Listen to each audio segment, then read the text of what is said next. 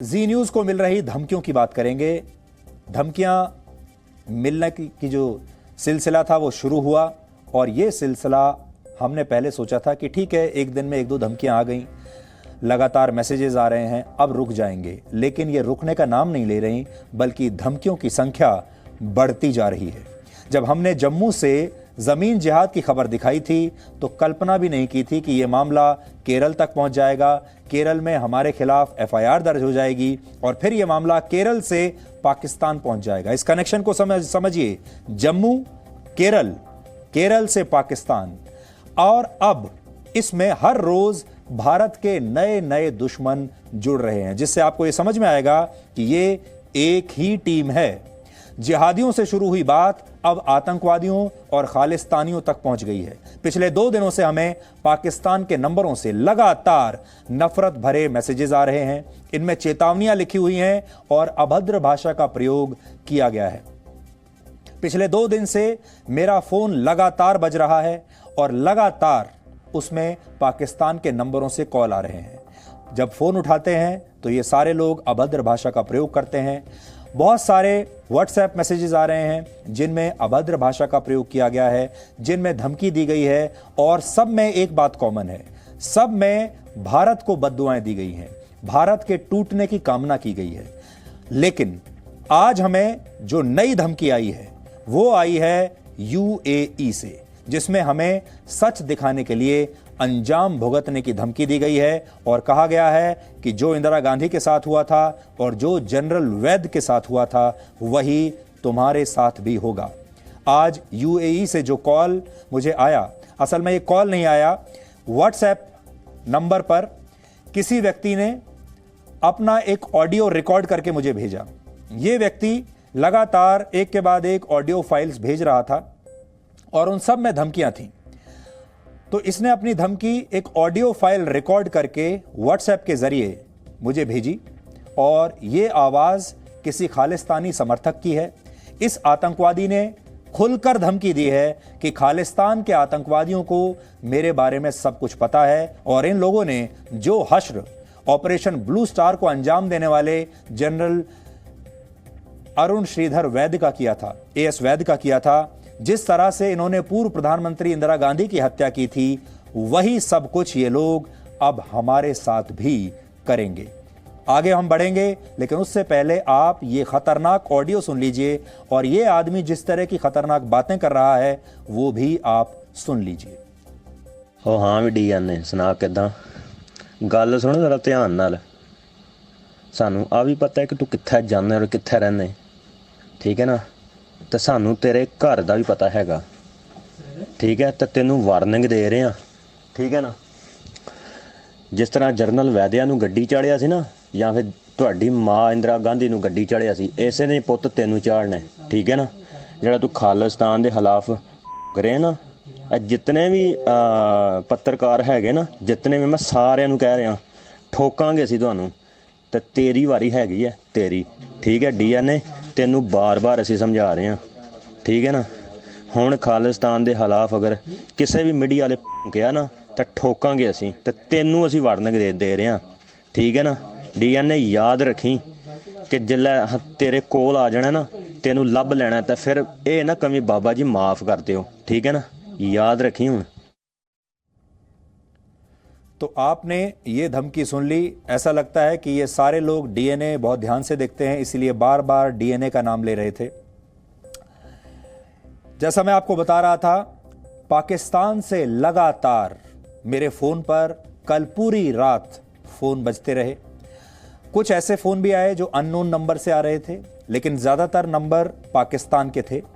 वो लगातार जब फोन उठाते थे तो अभद्र भाषा का प्रयोग करते थे और बड़ी संख्या में ऐसे लोग थे जिन्होंने संदेश भेजे अलग अलग, और उसमें भारत विरोधी सामग्री उन्होंने भेजी है, भारत विरोधी वीडियोस लगातार वो हमें भेज रहे हैं और इसके अलावा मैसेज लिख रहे हैं। उदाहरण के तौर पर मैं आपको एक मैसेज पढ़कर यहां से सुनाना चाहता हूं जो मुझे पाकिस्तान से ही आज आया है। इसमें लिखा है, अभी तो पारी शुरू हुई है, आगे आगे देखो क्या करते हैं हम, अब तो और भी एफआईआर होंगी, अब सुन बता रहा हूं, आई एम वार्निंग यू, ऐसा उसने टूटी फूटी भाषा है, ज़्यादा लगता है जिस आदमी ने ये लिखा है उसको बहुत ज़्यादा अंग्रेज़ी आती नहीं थी, लेकिन वो ये साफ साफ कह रहा है कि अभी तो पारी शुरू हुई है, अब आगे आगे देखो हम आपके साथ क्या करते हैं, अभी तो और भी एफआईआर होंगी और आई एम वार्निंग यू, ऐसा इसमें लिखा हुआ है। अब सबसे बड़ी बात यह है कि आगे और एफआईआर होंगी, ये कैसे इनको पता चलता है, और ये इन एफआईआर जो ये हो रही हैं या जो केरल में एफआईआर हुई है उनमें इनकी क्या दिलचस्पी है, क्या ये एक ही टीम है? अब आप जरा ये सोचिए कि असहनशीलता कितनी खतरनाक हो चुकी है, अब ये खतरनाक स्तर पर जा चुकी है। इससे पहले लोकतंत्र में हो सकता था ये विचारधारा की लड़ाई होती है, आप किसी दूसरी विचारधारा से सहमत नहीं हैं, लेकिन ये विचारधारा की जो असहमति होती थी ये इस तरह खूनी रूप नहीं लेती थी, लेकिन अब ये सब कुछ होने लगा है। हमने खबर जम्मू पर दिखाई, एफआईआर केरल में हुई, हमने बात जिहादियों की तो धमकियां पाकिस्तान से आईं और फिर इन्होंने खालिस्तानियों को भी अपने साथ मिला लिया। इन सारी धमकियों में जो एक बात कॉमन है वो ये है कि ये सारे अलगाववादी हैं, सारे आतंकवादी हैं, सारे लोग पाकिस्तान के समर्थक हैं या पाकिस्तान इन्हें समर्थन दे रहा है, और सब के सब भारत के टुकड़े टुकड़े करना चाहते हैं। कोई कश्मीर को तोड़ना चाहता है, कोई खालिस्तान बनाना चाहता है, कोई केरल में अपना अड्डा बनाना चाहता है। खालिस्तानी आतंकवादी की ये बातें आपने सुनी, ये कह रहा है अगर जी न्यूज़ ने खालिस्तान के खिलाफ बोलने की हिम्मत दिखाई तो मुझे कहीं से भी ढूंढ निकालेंगे। अब आप पाकिस्तान के ही एक और नंबर से भेजा गया एक वीडियो देखिए। ये वीडियो एक आतंकवादी ने शूट किया है, उसके हाथ में बंदूक भी है, जिसे देखकर लगता है कि यह आतंकवादी या तो पाकिस्तान में मौजूद है, हो सकता है पाकिस्तान ऑक्यूपाइड कश्मीर में हो, या फिर ये हमारे ही कश्मीर के किसी इलाके से इसने अपना वीडियो शूट किया है। यह आतंकवादी भी ऐसे ही तरह तरह की धमकियां दे रहा है और कह रहा है कि जो कुछ फोन नंबर्स को एक्सपोज करके जो हमने एक्सपोज किए हैं, जो आपको याद होगा हम लगातार आपको नंबर भी बता रहे थे किस किस नंबर से ये धमकियां आ रही हैं, तो ये कह रहा है कि ये नंबर एक्सपोज करके आपने ठीक नहीं किया। इस आतंकवादी का दावा है कि ये इस समय कश्मीर में मौजूद है, ये ऐसा दावा कर रहा है। ये आतंकवादी ये भी कह रहा है कि भारत को कश्मीर से हट जाना होगा, वरना ये लोग उड़ी और पुलवामा से भी ज्यादा बुरा हश्र हमारा करने वाले हैं। और वीडियो देखकर ऐसा लगता है कि ये हंदवाड़ा में हुए एनकाउंटर के बाद का वीडियो है, क्योंकि इसमें ये भारतीय सेना के एक कर्नल की शहादत का जिक्र कर रहा है। अब आप ये वीडियो देखिए और देखिए कि इस आतंकवादी की कितनी हिम्मत बढ़ गई है कि इसने ये वीडियो शूट किया है और फिर हमें भेज भी दिया। डेरे के नंबर दिखा रहा था, उनके सरदारों के नंबर दिखा रहा था। मैं मुख्तसर सा उनको बता देता हूँ। अकबर भुट्टी के बेटे शाहजहां भुट्टी ने गज़वा हिंद के लिए, आपको याद होगा, इंशाल्लाह हम तुझे भी वास्ले जन्म करेंगे, जैसे दूसरों को किया ना इंशाल्लाह तुझे भी करेंगे। ये पहले भी हमारी बात सुन ले, हम तुझे बताएंगे लोकेशन किसे कहते हैं।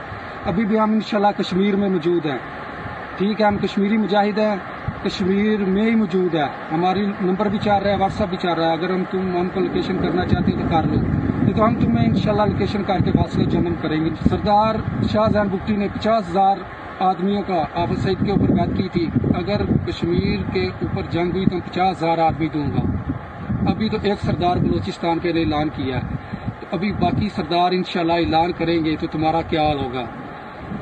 इंशाल्लाह हम तुम्हें कहते हैं ये गज़वा, ये इधर से दौड़ जाओ, कश्मीर से भाग जाओ, कश्मीर से भाग जाओ, अल्फी उठा लो। इंशाल्लाह हम तुझे भी, तुझसे भी अल्लाह ने चाहा तो तेरी गर्दन उतारेंगे इंशाल्लाह। हम कश्मीर में मौजूद है, कश्मीरी मुजाहिदीन है, तो तुम्हारा बहुत बुरा हाल करेंगे। तो कह रहे हैं कि हम कश्मीर में ही मौजूद हैं, तुम्हारा बहुत बुरा हाल करेंगे, तुम्हारी गर्दन उड़ा देंगे। इसमें हमने थोड़ी एडिटिंग की है क्योंकि इस आतंकवादी ने भारत की सेना के लिए बहुत आपत्तिजनक भाषा का प्रयोग किया था, उस भाषा को हमने यहां से हटा दिया है।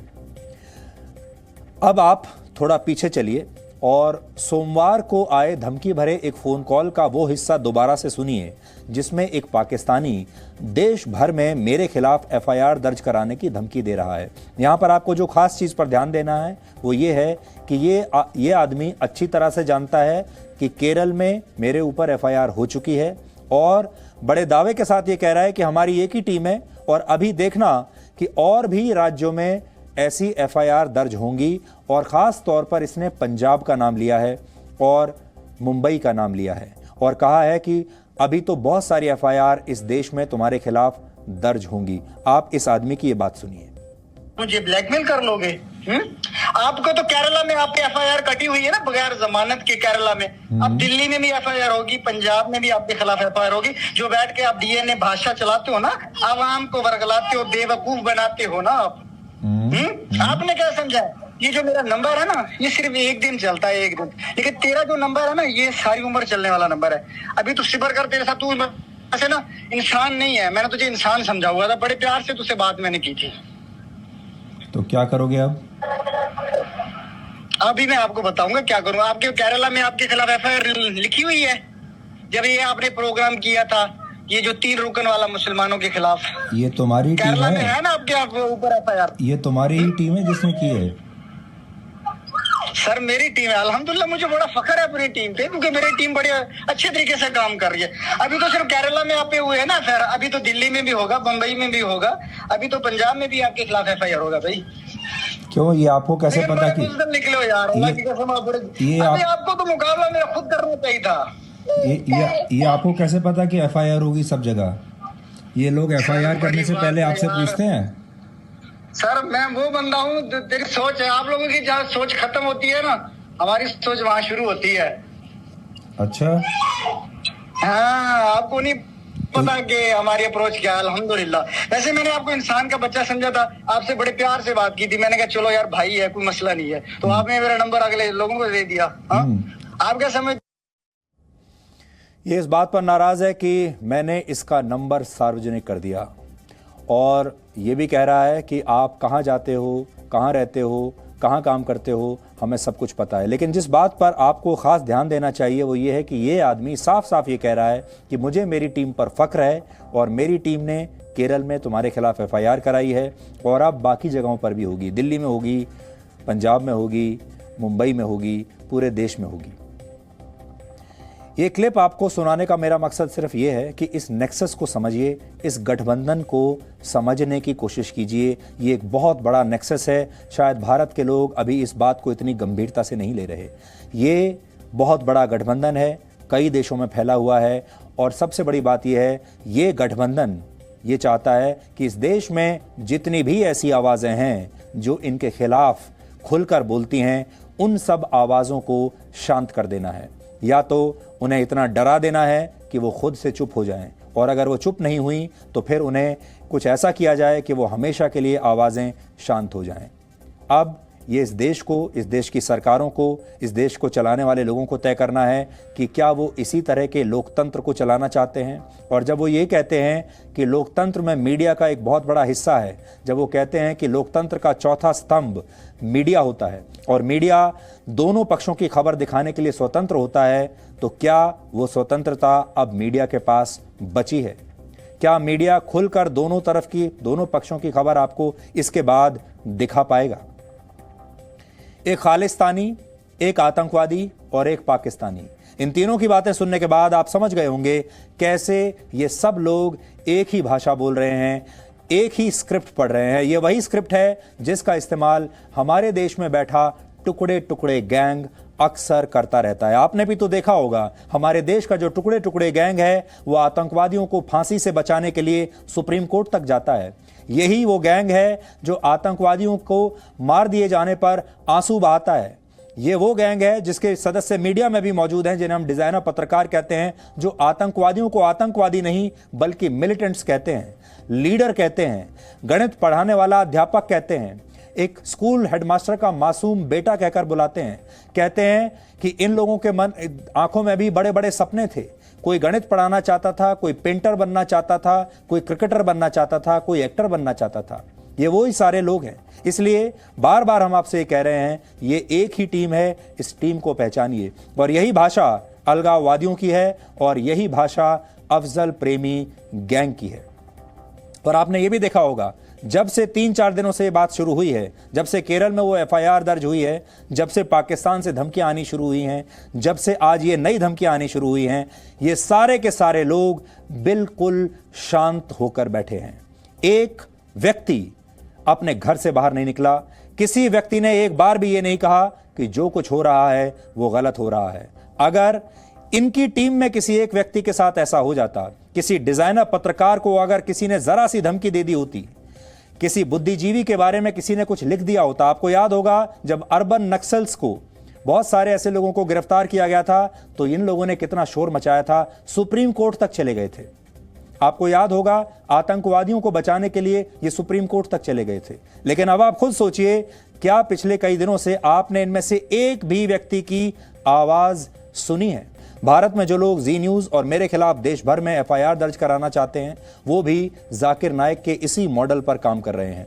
इन लोगों के निशाने पर वो गैर मुस्लिम हैं जो जिहाद के खिलाफ बोलने की हिम्मत रखते हैं, जो इस्लाम की उस गलत परिभाषा पर सवाल उठाते हैं जिसके दम पर नफरत फैलाई जा रही है। ये सारे लोग नहीं चाहते कि कोई भी सच बोलने का साहस अब इस देश में, जिसे आप लोकतांत्रिक देश कहते हैं, यहां कोई दिखा पाए। हमें मिल रही धमकियों का ये सिलसिला इसी का इशारा है, लेकिन हम इन धमकियों से डरेंगे नहीं। इसी तरह बिना झुके, बिना डरे आपको वो सच दिखाते रहेंगे जिसे जानना इस देश के भविष्य के लिए बहुत जरूरी है, और ये सच जानना आपका अधिकार भी है, और ये सच आपको जरूर मिलेगा। No signal, no worry. Presenting Z News app with live TV, latest updates and expert opinion. Available on Google Play and App Store. Download it now.